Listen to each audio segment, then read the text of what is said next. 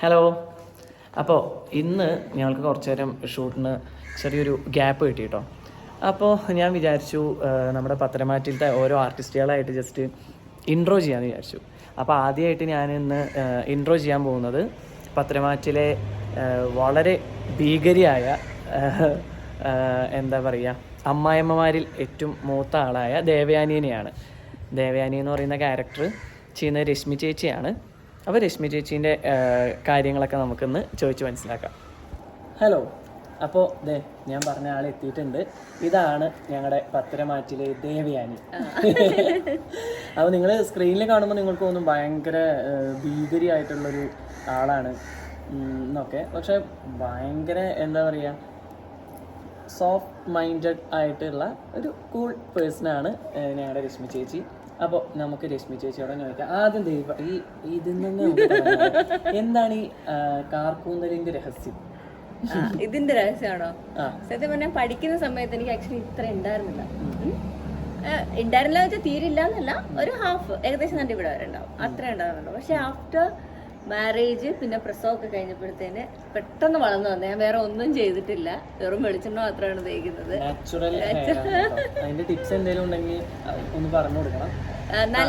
നല്ല നാടൻ വെളിച്ചെണ്ണയില്ലേ, നമ്മുടെ ഈ അലോവേര, തുളസി, അതുപോലെ ആംല, നെല്ലിക്ക, ഇതെല്ലാം ഇട്ട് നന്നായിട്ട് കാച്ചി തേച്ചാൽ മതി ഡെയിലി. എന്നിട്ട് ഞാൻ നന്നായിട്ട് കെട്ടി വെക്കണം, മുടി പിന്നി കെട്ടി വെക്കണം. അപ്പം തീർച്ചയായിട്ടും വളരും, എത്ര വളരാത്ത ഹെയറും വളരും. അപ്പം അതാണ് ഈ മുടിയുടെ രഹസ്യം. ഓക്കെ. പിന്നെ രശ്മി ചേച്ചിനെ കുറിച്ച് എന്താ പറയുക, എപ്പോഴും ഭയങ്കര ചാർമിങ് ഫേസ് ആണ് കേട്ടോ. എപ്പോഴും ഹാപ്പിയാണ് പുള്ളിക്കാരി. അതിൻ്റെ ഒരു ഒരു ഒരു എന്താ ഇതന്നെയാണ് നിങ്ങൾക്ക് സ്ക്രീനിൽ കാണുന്നത്. നമ്മളൊക്കെ എങ്ങനെ മേക്കപ്പ് ചെയ്ത് വന്നു കഴിഞ്ഞാലും ഈ പുള്ളിക്കാരി ഒന്നും ചെയ്യാതെ വന്നു കഴിഞ്ഞാൽ തന്നെ ഫുൾ വെട്ടമാണ്. അങ്ങനെയൊക്കെയാണ്. പിന്നെ പറ ചേച്ചി, എന്താണ് അല്ലെങ്കിൽ ചെയ്തുകൊണ്ടിരിക്കുന്ന നമ്മുടെ ആദർശിൻ്റെ അമ്മയായിട്ട് ചെയ്തുകൊണ്ടിരിക്കുന്ന ഈ ക്യാരക്ടർ എങ്ങനെയുണ്ട്? ക്യാരക്ടർ സത്യം പറഞ്ഞാൽ ഞാൻ ഈ സീരിയലിലേക്ക് വരുമ്പോൾ എന്ത് ക്യാരക്ടറാണ് ഇതൊന്നും എനിക്ക് അറിയത്തില്ലായിരുന്നു. ഞാൻ ഇതെനിക്ക് ഒരു കുട്ടിയുടെ അമ്മയാണെന്ന് മാത്രമേ പറഞ്ഞിട്ടുള്ളൂ. പക്ഷെ അത് ആരുടെ അമ്മയാണെന്നോ എന്നൊന്നും അറിയില്ലായിരുന്നു. ഈ പേരുകൂടി എനിക്കറിയില്ലായിരുന്നു. ഈ സീരിയലിന്റെ പേരുകൂടി എന്നോട് പറഞ്ഞിട്ടുണ്ടായിരുന്നില്ല. ഞാനും വരുമ്പോ അങ്ങനെ തന്നെയായിരുന്നു. ടൈറ്റിൽ അപ്പോൾ അവർ അനൗൺസ് ചെയ്തിട്ടുണ്ടായിരുന്നു അല്ലെ? നമ്മളുടെ ഷൂട്ടിന്റെ പ്രോമോ ഒക്കെ ഷൂട്ട് ചെയ്തിട്ട് ഒരു ദിവസം കണ്ടാണ് പിന്നെ ടൈറ്റിലൊക്കെ ചാനൽ വന്നത്. പേരുകൂടി എനിക്കറിയില്ല. നമ്മൾ സാധാരണ എല്ലാം പറഞ്ഞൊരു എമൗണ്ട് ഒക്കെ ഫിക്സ് ചെയ്തിട്ടാണ് സാധാരണ എല്ലാവരും ഇതിലോട്ട് സ്റ്റാർട്ട് ചെയ്യത്തുള്ളൂ ഈ ഒരു കാര്യത്തിലേക്ക്. പക്ഷെ എനിക്ക് എമൗണ്ടും അറിയില്ല, പേരറിയില്ല, ക്യാരക്ടർ എന്തോ അറിയില്ല. ഞാൻ ഏഷ്യാനെറ്റ് കേട്ടതും ചാടി തുള്ളിയിട്ട് പോരും. ഞാൻ നമ്മുടെ സൂര്യ ടിവിയിലെ അനീതിപ്രാവ് എന്ന് പറയും, അതിലാണ് ചെയ്തത്. ഫസ്റ്റിലെ ചെയ്തത് മഴവിൽ മനോരമയില്ല, അത് 2019 സംതിങ് ആ സമയത്ത്. അപ്പോൾ എന്താ പറയുക, എക്സ്പീരിയൻസ്ഡ് ആയിട്ടുള്ള ദേവയാനിയാണ് വന്നിരിക്കുന്നത് കേട്ടോ.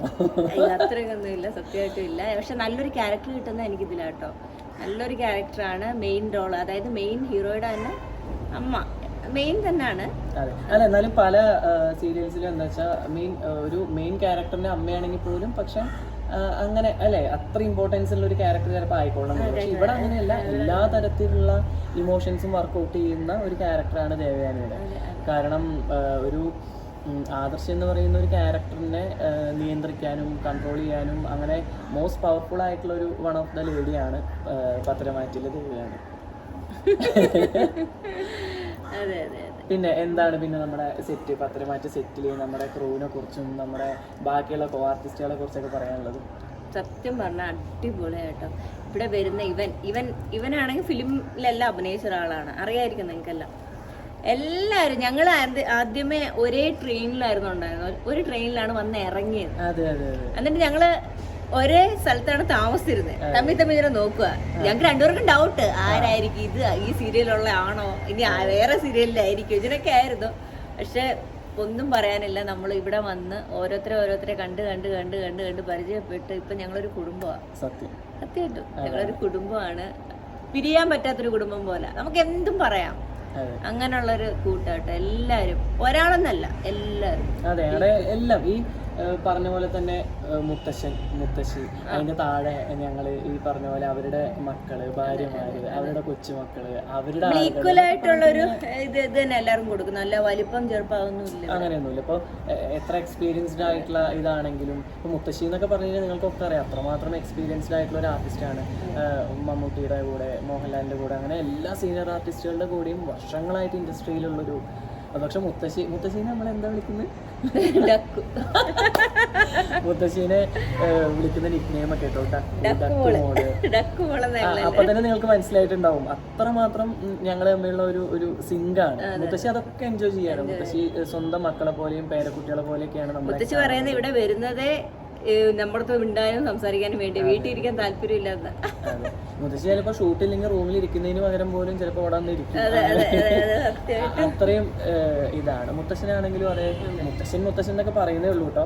വലിയ പ്രായമുള്ള ഒരു മനുഷ്യനൊന്നുമല്ല കേട്ടോ, 40-46 വയസ്സിനകത്തം കണ്ടേ ഉള്ളൂ. കാണുമ്പോൾ ആ ഒരു ലുക്കും കാര്യങ്ങളൊക്കെ അങ്ങനെയായിട്ട് തോന്നുകയാണ്. ഭയങ്കര ചെറുപ്പമാണ് ആള്. എല്ലാവരും നല്ല ഈക്വൽ, ഭയങ്കര സ്നേഹമുള്ള ആൾക്കാരാണ്. എല്ലാവർക്കും ഒരു ജാടയോ ഒന്നുമില്ല. സീനിയർ ആയിക്കോട്ടെ, ജൂനിയർ ആയിക്കോട്ടെ, എല്ലാവരും ഈക്വലാണ്. പിന്നെ ഇതന്നെയാണ് നമ്മൾ ഈ ഒരു ഇപ്പം എല്ലാവരും കൂടെ ഉള്ളൊരു കോമ്പിനേഷൻ സീനാണെങ്കിലും അല്ലേ, നമ്മൾ എങ്ങനെ പറയാമെന്നും അല്ലെങ്കിൽ നീ ഇങ്ങനെ പറഞ്ഞാൽ ശരിയാവും അല്ലെങ്കിൽ ഇങ്ങനെ പറഞ്ഞു കഴിഞ്ഞാൽ ഇതിനേക്കാൾ നല്ലത് അങ്ങനെ പറയുന്നതാണെന്നൊക്കെ പറഞ്ഞിട്ട് എല്ലാവരും പരസ്പരം അങ്ങോട്ടും ഇങ്ങോട്ടും ഒരു ഗിവ് ആൻഡ് ടേക്ക് പോളിസിയും കാര്യങ്ങളൊക്കെ ആയിട്ട് അടിപൊളിയാണ്. അപ്പോൾ ഇതൊക്കെ തന്നെയാണെന്ന് തോന്നുന്നു നമ്മുടെ ഈ പത്തരമാറ്റിൻ്റെ ഈ ഒരു വിജയം. എപ്പോഴും TRP റേറ്റിംഗിൽ നമുക്കിങ്ങനെ അതെ 1ൽ നിൽക്കാൻ പറ്റുന്നതും. ഞങ്ങളൊരു 30 എപ്പിസോഡ് കഴിഞ്ഞപ്പോഴേ ഞങ്ങൾ 3rd പൊസിഷനിലെത്തി, മനസ്സിലായോ? അത് കഴിഞ്ഞ് ഒരു 2 മാസത്തിനുള്ളിൽ തന്നെ സെക്കൻഡിലെത്തി.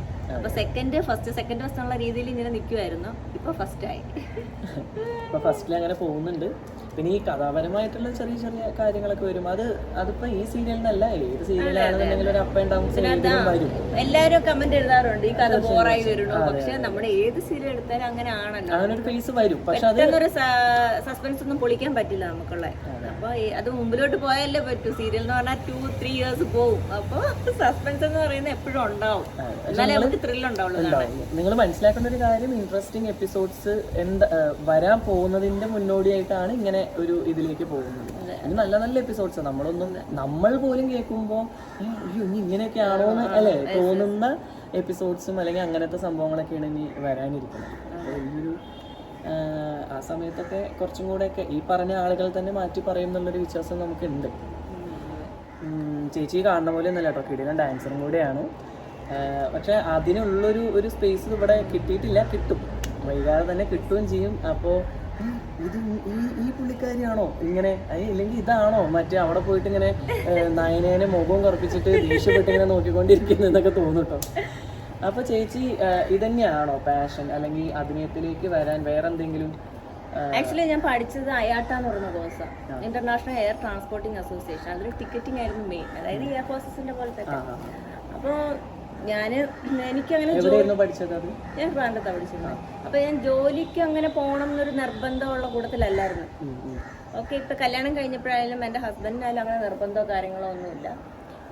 പിന്നെ എൻ്റെ വലിയൊരു പാഷനായിരുന്നു ചെറുപ്പം മുതലേ അഭിനയിക്കണമെന്നുള്ളത്. ഏറ്റവും വലിയ അതാണ് ഇമ്പോർട്ടൻ്റ് ആയിട്ടുള്ളൊരു കാര്യം, അഭിനയിക്കണമെന്നുള്ളൊരെണ്ണം. അങ്ങനെ ഇരിക്കുമ്പോഴാണ് നമ്മൾ ഈ ടിക്ടോക്ക്, ആ സമയത്ത് ടിക്ടോക്ക് ആയിരുന്നു കേട്ടോ, റീൽസ് ഇപ്പോഴല്ല വന്നത്.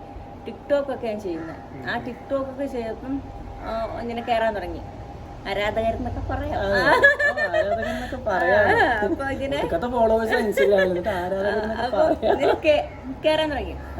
കയറാൻ തുടങ്ങിയപ്പോഴാണ് നമ്മുടെ ഇതിനകത്ത് മെയിൻ, അതായത് കൺട്രോളർ ജോസ് പേരൂർക്കട. അപ്പോൾ ഏട്ടനാണ് എന്നെ അത് കണ്ടിട്ടാണ് എന്നെ വിളിച്ചത്. അങ്ങനെയാണ് ഞാൻ ഈ ഫീൽഡിലോട്ട് വന്നത്. അതാണ് ഇത് കണ്ടുകൊണ്ടിരിക്കുന്നവർ മനസ്സിലാക്കേണ്ട ഒരു കാര്യം. അതാണ്, നമുക്ക് എപ്പോഴാണ് നമ്മുടെ ടൈം മാറുക എന്ന് പറയാൻ പറ്റില്ല. ഇപ്പോൾ നമുക്ക് തന്നെ പലരും ഇങ്ങനെ മെസ്സേജ് ചെയ്തിട്ടൊക്കെ ചോദിക്കുന്നുണ്ട് എന്ത് ചെയ്യണം ഇതിലോട്ട് വരാൻ. അല്ലെങ്കിൽ നമുക്ക് പറയാനുള്ളത് തന്നെയുള്ളൂ, അഭിനയമാണ് നിങ്ങളുടെ താല്പര്യമെങ്കിൽ അതിന് വേണ്ടിയിട്ടുള്ളത് സ്റ്റിൽ ഇങ്ങനെ ചെയ്തുകൊണ്ടിരിക്കുക. അപ്പോൾ ഉറപ്പായിട്ടും എന്തെങ്കിലുമൊക്കെ രീതിയിൽ, അല്ലെങ്കിൽ ഇത് ഇപ്പോഴത്തെ ഏറ്റവും വലിയൊരു ഗുണം എന്താണെന്ന് വെച്ച് കഴിഞ്ഞാൽ ഈ സോഷ്യൽ മീഡിയ ഇത്രമാത്രം ഓപ്പണായി കിടക്കുന്നതുകൊണ്ട് തന്നെ നമ്മുടെ ഉള്ളിൽ നമുക്കൊരു ടാലൻറ്റ് ഉണ്ടെന്നുണ്ടെങ്കിൽ അത് ഏറ്റവും സിമ്പിളായിട്ട് നമുക്ക് ലോകത്തിന് മുന്നിലേക്ക് എത്തിക്കാൻ പറ്റും. പണ്ടത്തെ പോലെയൊന്നുമല്ല. അപ്പോൾ നിങ്ങളുടെ ടാലൻറ്റ് നമുക്ക് സിംപിളി ഈ പറഞ്ഞ പോലെ തന്നെ ഒരു ഇൻസ്റ്റാഗ്രാം അക്കൗണ്ടിലൂടെയൊക്കെ നമുക്ക് ഈ റീൽസിലൂടെയൊക്കെ നമുക്ക് കാണിച്ചിട്ട് അത് നിങ്ങൾ വിചാരിക്കുന്ന പോലെയല്ല, പലവരും ഇത് കണ്ടുകൊണ്ടിരിക്കുന്നുണ്ട്. അപ്പോൾ അതിൽ നിന്ന് ഏതെങ്കിലും ഒരു രീതിയിൽ നമുക്കൊരു ചാൻസസും കാര്യങ്ങളൊക്കെ ഒരു കാര്യം കൂടെ എനിക്ക് പറയാനുണ്ട് കേട്ടോ. എന്നെ ആദ്യമായിട്ട് ഈ ഫീൽഡിൽ എത്തിച്ചത് രാജനാരായണൻ എന്ന് പറയുന്ന ഒരു ഡയറക്ടറാണ്. അതായത് അനുരാഗം എന്ന് പറയുന്ന മഴവിൽ മനോരമയുടെ ഒരു സീരിയൽ ഉണ്ടായിരുന്നു, 2019 തോന്നുന്നു. അതിലാണ് ഞാൻ ആദ്യം വരുന്നത്. ആ സാറാണ് എന്നെ ആദ്യമായിട്ട് ഇതിൽ കൊണ്ടുവന്നത് ഈ ഒരു ഫീൽഡിൽ. അപ്പോൾ ഇനി നമുക്ക് വീട്ടിലത്തെ കാര്യം ചോദിച്ചോട്ടെ. അപ്പോൾ ആരൊക്കെ ചേച്ചി വീട്ടിൽ? നമുക്കറിയാം, എന്നാലും ചേച്ചിയായിട്ട് തന്നെ പറ. വീട്ടിൽ അമ്മയില്ല, അമ്മ മരിച്ചുപോയി, 2018 മരിച്ചു. അച്ഛനുണ്ട്, ഒരു മോനുണ്ട്. ഹസ്ബൻഡ് ഇവിടെ ഇൻഫോയിൽ വർക്ക് ചെയ്യുന്നു, എറണാകുളത്ത്. അദ്ദേഹം മലയാളം കന്നഡ മിക്സാണ്, അതായത് മലയാളിയാണ്, പക്ഷെ ജനിച്ചു വീണത് ബാംഗ്ലൂരാണ്. അദ്ദേഹത്തിൻ്റെ സ്ഥലം ബാംഗ്ലൂരാണ്. പിന്നെ എനിക്കൊരു ചേച്ചിയുണ്ട്. ചേച്ചി ഞാൻ ഒരു വീട്ടിലാണ് കല്യാണം കഴിച്ചത്. അതാണ് ടിസ്റ്റ്. ഞാൻ അത് പറഞ്ഞിട്ട് വേണം ഇത് ചോദിക്കാൻ വെച്ചിട്ടായിരുന്നു. ഇവരുടെ ഈ മാരേജ് ആ സ്റ്റോറി ഉണ്ടല്ലോ ഭയങ്കര അടിപൊളിയാണ്. കാരണം ഇവർ രണ്ടുപേരും ചേച്ചി അനിയത്തിയും കല്യാണം കഴിച്ചിരിക്കുന്നതും ചേട്ടനെ അനിയനെയാണ്. അത് ഭയങ്കര രസമുള്ള കാര്യം. ഞാനത് പറഞ്ഞപ്പോൾ ഇത് പരിപാടി കൊള്ളാലോ. കാരണം അത് ഫസ്റ്റ് ഇവരുടെ അല്ല, ഈ പറഞ്ഞ പോലെ ചേട്ടൻ്റെയും ചേച്ചിയുടെയും കല്യാണം കഴിഞ്ഞിട്ട് അപ്പം നമ്മൾ ഈ കല്യാണത്തിന് വരുമ്പോഴുള്ള ഏട്ടൻ്റെ അനിയനും ചേച്ചിയുടെ അനിയത്തി ഇവർ തമ്മിലുള്ള ഒരു നോട്ടവും ചിരിയും ബാക്കി കാര്യങ്ങളും അതിൽ നിന്നൊക്കെയാണ് ഇവരുടെ റൊമാൻസ് സ്റ്റാർട്ട് ചെയ്തതും ഇവരുടെ കല്യാണത്തിലേക്ക് എത്തിയതും. ഞാൻ കേട്ടപ്പോൾ തന്നെ പറയും ഇത് നല്ല നൈസ് പരിപാടിയാണ്. അങ്ങനെ തന്നെയാണ്. ഒന്ന് ആലോചിച്ച് നോക്കിയപ്പോൾ ഒരു രണ്ട് മക്കളും ഇപ്പോൾ പാരൻസിനെ ആലോചിക്കുമ്പോഴും രണ്ട് മക്കളും ചേച്ചി അനിയത്തിയും അതെ ഒരു വീട്ടിലേക്ക് തന്നെ അല്ലേ, ഭയങ്കര അടിപൊളിയാണ്. അങ്ങനെയാണ് വിവാഹം നടന്നത് കേട്ടോ. പിന്നെ എന്താ പറയാ, അത് നല്ല. പിന്നെ മൊത്തത്തിൽ നോക്കിയപ്പോൾ ചേച്ചി ആണല്ലോ അവിടുത്തെ മൂത്ത മരുമോള്. ഞാനാകുമ്പം പിന്നെ പ്രശ്നവുമില്ല. അങ്ങനെ എല്ലാം കൂടെ ഒത്തൊരുമിച്ചങ്ങ് കൂടി. നല്ല രസമുള്ള ചേട്ടനാണെങ്കിലും രാഹുലേട്ടനാണെങ്കിലും അടിപൊളിയാണ്. ഇവിടെ വരാറുണ്ട് കേട്ടോ, ലൊക്കേഷനിലൊക്കെ വരാറുണ്ട്. ചേട്ടനും വരും, മോൻ വരും, എല്ലാം അടിപൊളി. നല്ല ചിൽ ടീമാണ് വരുന്നത്. നല്ല സപ്പോർട്ടാട്ടോ, നല്ലൊരു സപ്പോർട്ടാണ്. അല്ല അതാണ് നമ്മൾ ഈ ലേഡീസ് ആർട്ടിസ്റ്റുകളെ സംബന്ധിച്ചിടത്തോളം നമുക്ക് കല്യാണം കൂടെ കഴിഞ്ഞിട്ട് ഞാൻ മോനെയൊക്കെ വിട്ടിട്ടാണ് വരുന്നത്. അപ്പോൾ നല്ല സപ്പോർട്ടായിട്ടുള്ള ഒരാൾക്ക് മാത്രമല്ലേ അത് പറ്റുള്ളൂ. എന്നെ സംബന്ധിച്ച് എനിക്ക് അങ്ങനെയാണ് തോന്നുന്നത് അല്ലേ? തീർച്ചയായും അതാണ് ഞാൻ പറയാൻ വന്നത്. കാരണം ഒരു പ്രത്യേകിച്ച് സ്ത്രീകളാകുമ്പോൾ ഇപ്പം നമുക്കങ്ങനെ കാറ്റഗറൈസ് ചെയ്യേണ്ട ആവശ്യമില്ല. എന്നിരുന്നാൽ പോലും സ്ത്രീകളാകുമ്പോൾ ചെറിയ രീതിയിലുള്ള ഒരു പെർമിഷനും അല്ലെങ്കിൽ ഒരു എന്താ പറയുക ലിമിറ്റേഷൻസ് ഒക്കെ ഉണ്ട്. പ്രത്യേകിച്ച് ഈ ആഫ്റ്റർ മാരേജും കൂടെ ആകുമ്പോൾ കുറച്ചും കൂടെ ഒരു ബുദ്ധിമുട്ട് വരും. പിന്നെ കുട്ടിയും കൂടെ ആകുമ്പോൾ അതിനും ബുദ്ധിമുട്ട് വരും. പക്ഷെ അതിൽ നിന്നൊക്കെ മറ്റേ എന്താ പറയുക, നമ്മളുടെ ആ ഒരു പാഷനെ മനസ്സിലാക്കി അല്ലെങ്കിൽ നമ്മളുടെ ഇഷ്ടങ്ങളെ മനസ്സിലാക്കിയിട്ട് അതിലേക്ക് വിടുക എന്ന് പറയുന്നത് നല്ല സപ്പോർട്ടീവായിട്ടുള്ളൊരു ഒരു പാർട്ട്ണറെ കിട്ടിയോണ്ടാണ് അങ്ങനെ സംഭവിച്ചതും സംഭവിച്ചുകൊണ്ടിരിക്കുന്നതും. അങ്ങനെ പിന്നെന്താ, അതുപോലെ ഈ പുള്ളിക്കാരി ഇങ്ങനെ ഇരിക്കുന്ന ആളൊന്നല്ല കേട്ടോ, ബുള്ളറ്റ് ഓടിക്കും. ഞാനും ചേച്ചിയുടെ ഇൻസ്റ്റാഗ്രാമിൽ ഫോട്ടോസ് കണ്ടപ്പോൾ ഞാൻ ആദ്യം വിചാരിച്ചതെന്ന് വെച്ചാൽ അപ്പോൾ നോർമൽ ഹസ്ബൻഡ് ഒരു അല്ലെങ്കിൽ നോർമൽ ഒരു വണ്ടി ഉണ്ടാവും, അതിൻ്റെ മുകളിൽ ഇരുന്നിട്ടൊക്കെ നമ്മൾ സ്വാഭാവികമായിട്ട് ഫോട്ടോസ് എടുക്കുമല്ലോ. പിന്നെയാണ് മനസ്സിലായത് അതൊന്നല്ല, ഒരു ഇങ്ങനെയുടെ മറ്റേ ബുള്ളറ്റാണത്. ഫുൾ റൈഡിങ് ജാക്കറ്റും ഹെൽമെറ്റും ഫുൾ സെറ്റായിട്ട് അതും ഇവിടെ നിന്നല്ല ബാംഗ്ലൂർ. വണ്ടി അവിടെ രജിസ്ട്രേഷൻ. ഞാൻ ബുള്ളറ്റ് ഓടിക്കുന്ന കൂട്ടത്തില്ല. എനിക്ക് ഭയങ്കര ഇഷ്ടം ഈ ആൺകുട്ടികളുടെ കലാപരിപാടികളൊക്കെ. ബുള്ളറ്റ് അതും ബാംഗ്ലൂരിലത്തെ അത്രയും മെട്രോ സിറ്റിയിലെ ട്രാഫിക്കിലൂടെ എന്താ ഓടിക്കുന്ന പുള്ളിക്കാരിയാണ്. എന്റെ മോനെ സ്കൂളിലൊക്കെ വിടുന്ന ബുള്ളറ്റിനാ. ബുള്ളറ്റ് ഭയങ്കര ഇഷ്ടമാണ്. മറ്റേ എന്താ പറയുക, അപ്പോൾ നമുക്ക് ഈ ഏതൊരു ആർട്ടിസ്റ്റിൻ്റെ ആണെങ്കിലും ഏറ്റവും ഇത് അൾട്ടിമേറ്റ് എന്ന് പറയുന്നത് ഒരു ഫിലിം ചെയ്യുക എന്നുള്ളത് തന്നെയാണ് എല്ലാവരുടെയും അല്ലേ. ചേച്ചിയുടെ ആണെങ്കിലും എൻ്റെ ആണെങ്കിലും എല്ലാവരുടെയും അങ്ങനെ തന്നെയാണ്. അപ്പോൾ അതുപോലെ എന്താണ് സിനിമയിലേക്കൊക്കെ വിഷ്ണു, എനിക്ക് സത്യം പറഞ്ഞാൽ എനിക്ക് അഭിനയിക്കാൻ താല്പര്യം ഉണ്ടെന്ന് ഞാൻ പറഞ്ഞാലും എനിക്ക് ഭയങ്കര ഇഷ്ടം ഒരു ഫിലിം ചെയ്യണം എന്നുള്ളത് കേട്ടോ. ഭയങ്കര ഇഷ്ടമാണൊരു ഫിലിം. അതായത് നമ്മുടെ നോർമലല്ല, നമ്മുടെ ആശാശരത്ത് അങ്ങനെയൊക്കെ ചെയ്യുന്ന ആ ഒരു നല്ലൊരു ക്യാരക്ടർ റോൾ ചെയ്യാൻ ഭയങ്കര താല്പര്യമുണ്ട്. അതിനൊത്തൊരു ഇത് വന്നു കഴിഞ്ഞാൽ ഉറപ്പായിട്ട് ഞാൻ ചെയ്യും. എനിക്ക് ഇഷ്ടമാണ് അത് ചെയ്യാനായിട്ട്. അതിന് വേണ്ടി ഞാൻ ഏത് അറ്റം വരെയും പോകുമ്പോൾ എനിക്ക് അങ്ങനെ ഇഷ്ടമാണ് അത് ചെയ്യാൻ. അതാണ് ഒരു ക്യാരക്ടർ റോള് കിട്ടിക്കഴിഞ്ഞ് കഴിഞ്ഞാൽ അതിന് വേണ്ടിയിട്ട് എന്ത് റിസ്ക്കും എടുക്കുന്നതാണ് ചേച്ചി പറഞ്ഞത്. അല്ല ഓൾറെഡി അത്യാവശ്യം എല്ലാ കാര്യങ്ങളും ചെയ്യും, പറഞ്ഞ പോലെ തന്നെ ബൈക്ക് ഓടിക്കും, ഡാൻസ് ചെയ്യും, എല്ലാ കാര്യങ്ങളും ഓക്കെയാണ്. നീ പറഞ്ഞ പോലെ അങ്ങനെ ഓഫർ വന്നു കഴിഞ്ഞാൽ ചിലതൊക്കെ വരുന്നുണ്ട്, ചിലത് നമ്മൾക്ക് വിചാരിക്കുന്ന ആണക്കുള്ള സ്ട്രോങ് ആയിട്ടുള്ള ക്യാരക്ടറൊന്നും അല്ല. അപ്പോൾ അതൊക്കെ ഇങ്ങനെ വിട്ടുവിട്ടിരിക്കുകയാണ്. അപ്പോൾ ഏതെങ്കിലും നല്ലൊരെണ്ണം വന്നാൽ ഉറപ്പായിട്ടും ചെയ്യും. ഭയങ്കര ആഗ്രഹമാണ്. എന്തായാലും പെട്ടെന്ന് തന്നെ വരട്ടെ. നമ്മുടെ ഈ പത്രമാറ്റിയിലെ എല്ലാ ആർട്ടിസ്റ്റുകൾക്കും നല്ല നല്ല ഫിലിംസും കാര്യങ്ങളൊക്കെ വരട്ടെ. പക്ഷെ ഞങ്ങൾ ആരും പത്രമാറ്റിന്ന് മാറൊന്നുമില്ല കേട്ടോ, കാരണം അത്രയും ഞങ്ങൾക്ക് ഫേവറേറ്റ് ആണ് പത്രമാറ്റി സീരിയൽ എന്ന് പറയുന്നതും. കുറച്ച് ഞങ്ങൾക്ക് ലീവൊക്കെ വരില്ല, ഒറ്റയടിക്കൊന്നും ഇല്ല. അപ്പൊ ലീവ് വരുന്ന സമയത്തുള്ള കാര്യം പറയാം. അതെ അതെ. അപ്പോൾ അങ്ങനെയൊക്കെയാണ്. അപ്പം ഇന്ന് ഇങ്ങനെ ഒരു ഗ്യാപ്പ് കിട്ടി. ഇപ്പോൾ ഔട്ട്ഡോർ ഷൂട്ട് വരിക, നയന ആദർശിൻ്റെ ഒരു ഔട്ട്ഡോർ ഷൂട്ട് വരിക. അപ്പോൾ അതുകൊണ്ടാണ് ഞാൻ രാവിലെ ഞങ്ങൾ രണ്ടിൻ്റെയും കഴിഞ്ഞു. അപ്പോൾ ഫ്രീ ടൈമിൽ വിഷ്ണു പറഞ്ഞു, ചേച്ചി എൻ്റെ കൂടെ ഒന്ന് ഒരെണ്ണം ചെയ്യാമോ എന്ന്. ഞാൻ അങ്ങനെ എനിക്കിങ്ങനെ എല്ലാവരും ഇൻട്രൊഡ്യൂസ് ചെയ്യുന്നുണ്ട്. അപ്പം അങ്ങനെ ഇരുന്നപ്പോഴാണ് ഇന്നിപ്പോൾ ചേച്ചി ഏതായാലും ഫ്രീ ആയിട്ട് ഇരിക്കുന്നുണ്ട്. അപ്പോൾ അങ്ങനെ ചേച്ചിയിൽ നിന്ന് തന്നെ തുടങ്ങാൻ വിചാരിച്ചിട്ടാണ് അങ്ങനെ ചെയ്തു വന്നത്. ഓക്കെ, അപ്പോൾ എല്ലാവർക്കും ബൈ. അടുത്തൊരു ദിവസം അല്ലെങ്കിൽ അടുത്തൊരു വീഡിയോയിൽ പത്രമാറ്റിൽ തന്നെ മറ്റൊരു ആർട്ടിസ്റ്റിൻ്റെ ഫുൾ ഡീറ്റെയിൽസ് ആയിട്ട് ഞാൻ വരും. Okay, thank you, by.